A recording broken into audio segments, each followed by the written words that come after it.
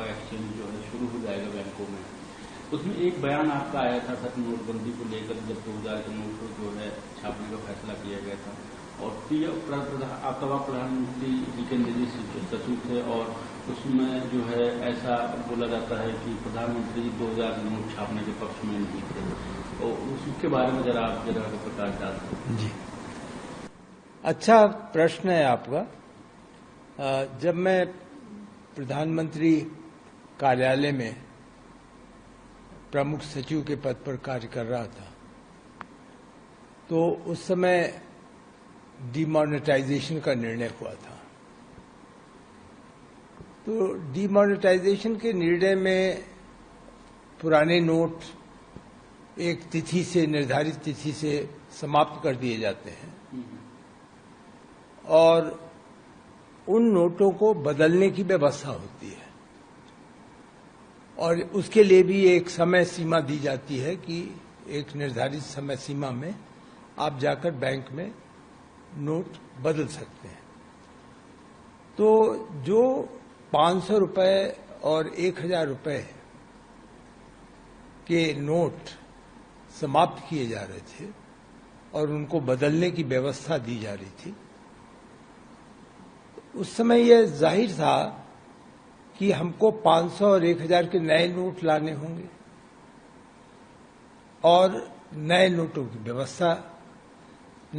की व्यवस्था हमको प्रिंटिंग के द्वारा करना था। प्रिंटिंग का कार्य पूरी जिम्मेदारी में रिजर्व बैंक का होता है। तो यह देखा गया कि जिस अवधि में पुराने नोट वापस लाए जाएंगे और जिस संख्या में नए नोट दिए जाएंगे, तो उतना प्रिंट करने की क्षमता नहीं थी। तो विकल्प क्या था? विकल्प यह था कि यदि हम 2000 रुपए के नोट ला देंगे, तो जहां 500 रुपए के 4 नोट छापने होंगे, वहां 2000 रुपए का एक नोट छापना होगा। इसी प्रकार जहां 1000 रुपए बंद किया जा रहा था, तो 2000 रुपए में उसकी वैल्यू अपने आप दुगनी हो जाती है।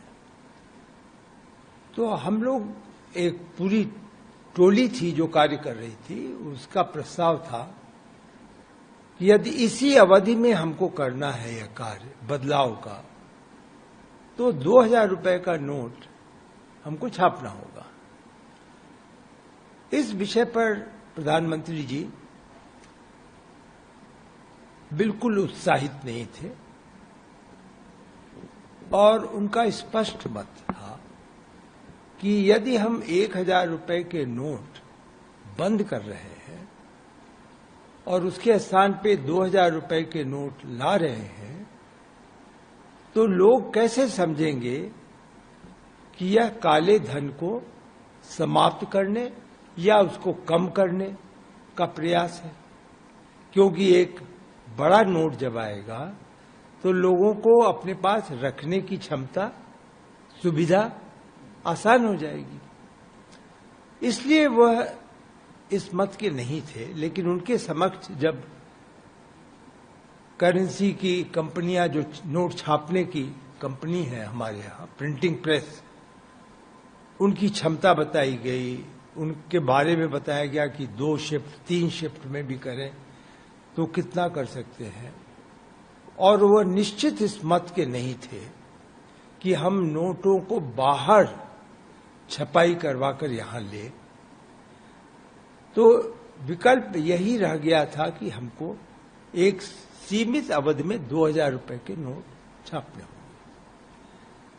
इसलिए यह सच है कि प्रधानमंत्री जी सिद्धांतः प्रारंभ से ही इस प्रकार 2000 रुपए के नोट के पक्ष में नहीं थे। लेकिन एक व्यवहारिकता के लिए जब उन्होंने समझा कि यदि एक निर्धारित अवधि में डिमोनेटाइजेशन की घोषणा की जानी है, तो वह एक जो होता है रिलक्टेंटली उन्होंने इसकी स्वीकृति दी। लेकिन उनके मन में कभी भी यह संदेह नहीं था कि इस 2000 रुपए को किसी उचित समय पर जब हमारी क्षमता हो जाएगी तो हम इसको समाप्त करेंगे। इसलिए आपने देखा कि उन्होंने 2018 के बाद 2000 रुपए के नोट नहीं छप रहे थे। दूसरी कदम उन्होंने उठाया कि जो नोट बैंकों में, रिजर्व बैंक में आ रहे थे, क्योंकि बैंक में नोट रहते हैं, बैंक के बाद वो रिजर्व बैंक पहुंचते हैं, और जो खराब हो जाते हैं नोट, एक समय सीमा होती है, उसके बाद नोट का भी अपना स्वाइल्ड नोट कहलाता है, खराब हो जाते हैं तो वो वापस रिजर्व बैंक चले जाते हैं। तो जो नोट वापस आ रहे थे वह नए सिरे से रिजर्व बैंक ने वापस सर्कुलेशन में नहीं डाला। एटीएम में 2000 रुपए के आपने अनुभव किया होगा कि आप एटीएम में 500 के नोट, 100 के नोट मिल रहे थे, 2000 रुपए के नोट फिर एटीएम से निकलने बंद हो गए।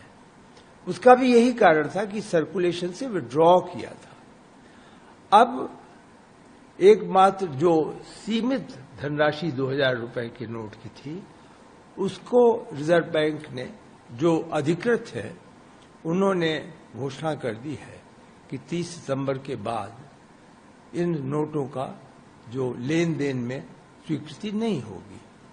तो ये एक प्रकार से आप समझें कि पृष्ठभूमि थी, लेकिन एक निश्चित मत जो हमेशा झलका उनके मस्तिष्क से, उनके विचारों से, उनकी मानसिक उसमें, कि वह कदापि 2000 रुपए के नोट को गरीबों का नोट नहीं समझते थे। वो ये जानते थे कि 2000 रुपए का ट्रांजैक्शनल वैल्यू ना होकर के होर्डिंग वैल्यू है। इसलिए उनका यह मत था कि अगर किसी को 2000 रुपए के नोट रखने हैं तो वो बैंक में जाए, बैंक में धनराशि जमा करे। नॉन बैंकिंग सिस्टम, घरों में होल्ड करें लोग, और जिसको फिर आप कहेंगे काला धन है, उसके पक्ष में वो नहीं थे। इसलिए मैं तो अब देखिए, मैं आम जनता का इस समय स्वरूप है मेरा, कोई मैं अधिकारी नहीं हूं, मैं अधिकृत बात नहीं कर सकता, लेकिन मैं जानता हूं कि वह जानते थे कि आम जनता के लिए 2000 रुपए का नोट नहीं है, और कहीं न कहीं ये काले धन को बढ़ावा देता है। और अगर काले धन को बढ़ावा मिलेगा तो उसके लिए तो उनकी लड़ाई हमेशा जारी रहती है। काले धन को किसी भी परिस्थिति में वह अर्थव्यवस्था का अंग नहीं समझते। वह एक तरीके से आप कर्ज, वो प्रायः कहा करते थे कि ये अभिशाप है, हमारे समाज में ये अभिशाप है कि काला धन इस तरह से बढ़ता है।